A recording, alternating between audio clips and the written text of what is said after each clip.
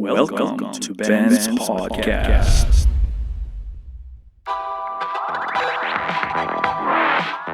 What is going on, guys? This is your main man, Ben here. And today we are going to talk about an audio recorder. I think this is the purchase of the year for me. The much improved version of the audio files that I was longing the entire time. So we have got our hands on the H6, the Zoom H6 Black version, the flagship of all versatility and all that stuff for digital voice recorder. So I got this in a very, very good price of $299. They're running a promotion right now, guys, till May 16 of 2020. Currently, right now, it's May 8. So all across, music supplies, Guitar Centers, American Music Supply, B&H, Adorama, Amazon, you can get it for $299. I didn't go with the gray version, the original version, just because I don't really use the round capsule.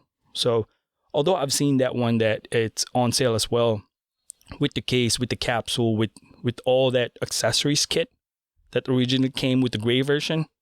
However, I had a promotion for American Music Supply, so I only paid $301 shipped. And I bought the separate case and some pop filter, the foam one, and the fur for $7. So overall, it's a very good deal, guys. So I'm going to run the quick features that I use for this thing. Once again, I do not do any music instruments. My main purpose for this one is for video productions and podcast. Now, the main reason I bought it, it's because of the file types. In the past, I was using the Saramonics SR Pax 1. This line preamp connects to the camera directly. You can use any XLR microphones in it. But there's a catch. You're going to be using 9 volts battery, meaning you're going to be replacing the batteries all the time. And if you run a 48 volts phantom power in it, guess what? It eats a ton of batteries, and I can't tell you how many 9 volts battery I have used. I tried to find a AC 9 volts adapter, but I can't find any reliable one, and I don't want to burn the unit, much more destroy my camera. But after a year, I was like, you know what? I'm thinking of the H6. It was in the back of my head before I bought this one. But then again, also one thing is that once this thing records, it goes directly to your camera. The problem here is that it converts the file to MP3, which is embedded directly to your video. Now, if you post-process your MP3 files, you have to extract the audio file to your video. You got to extract that MP3 and post-process it. With that method, it degrades the quality. Think of this. This was the audio file, audio and video. You took the audio. You take the MP3 files, put it into your DAW or digital audio workstation, process it, export it back again, and convert this to. That's a lot of steps. This thing has a lot of capabilities. Overall, can get you the highest form of WAV files, which is a type of audio files, or the highest form of MP3 files.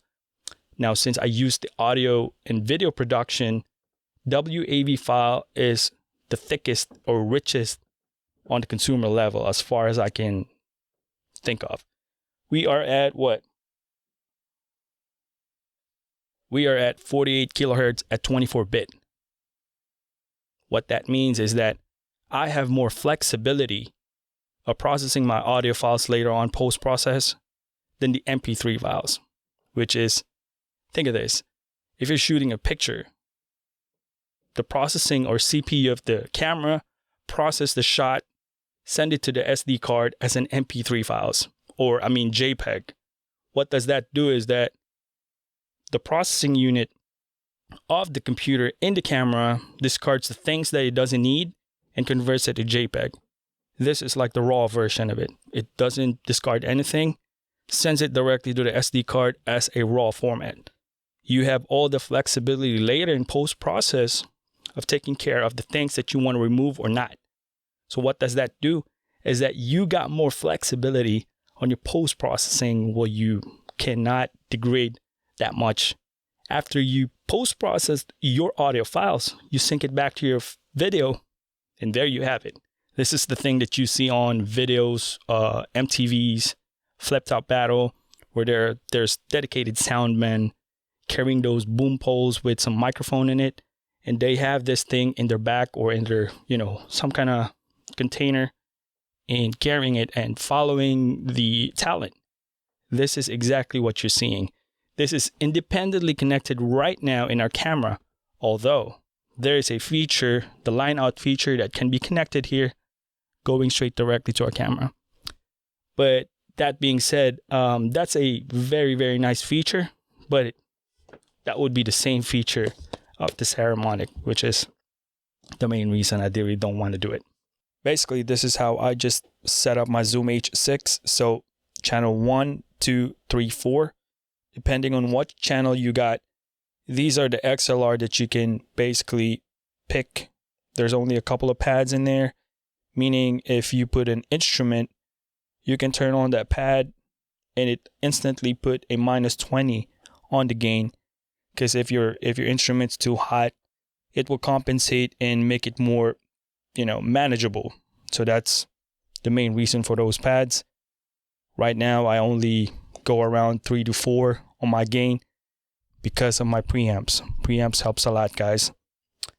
Make sure you pick the proper channel. So these are left and right for the capsules. So if you turn that on, the lights turns on, but we're currently recording right now. It will not let us do that.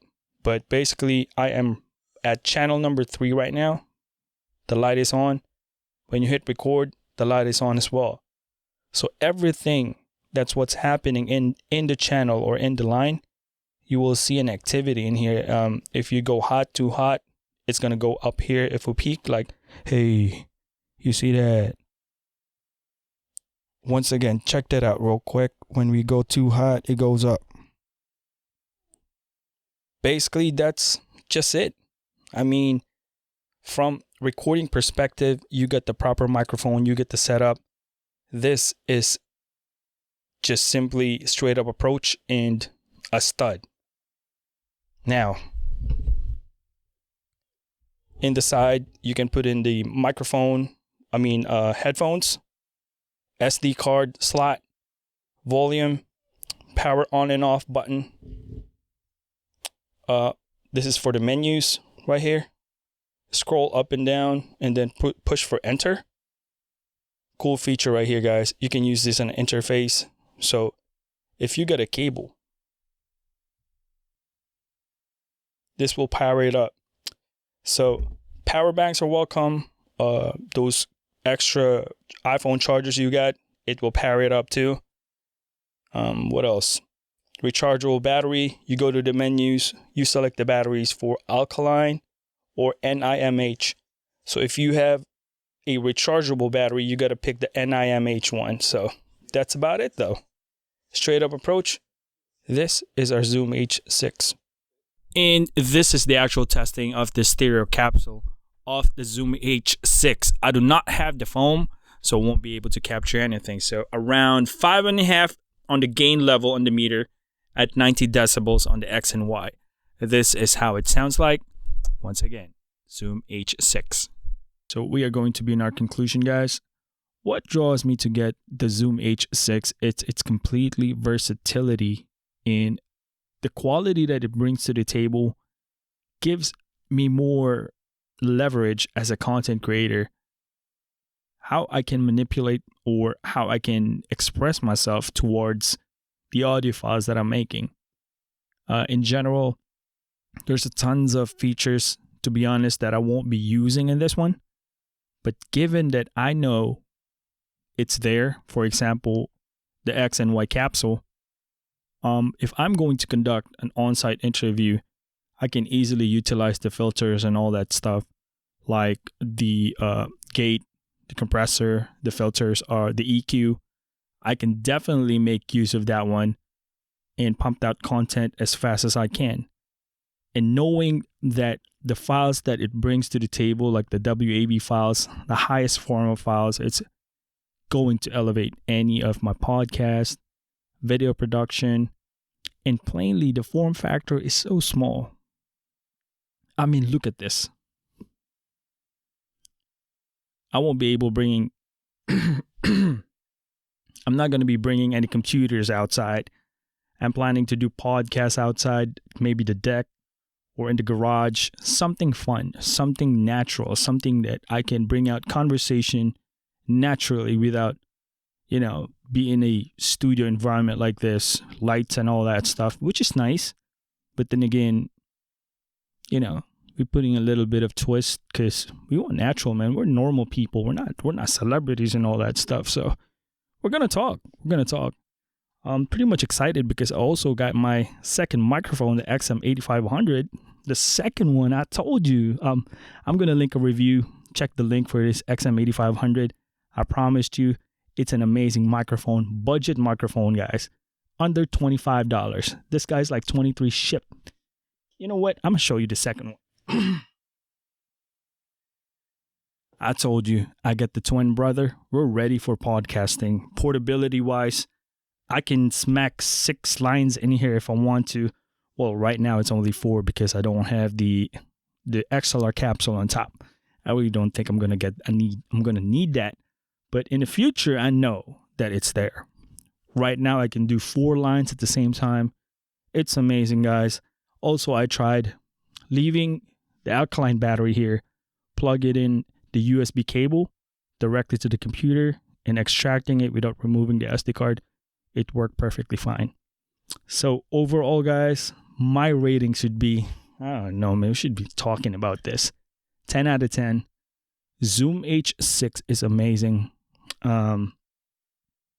Maybe it's premature for me to review for like 2 days only using this thing.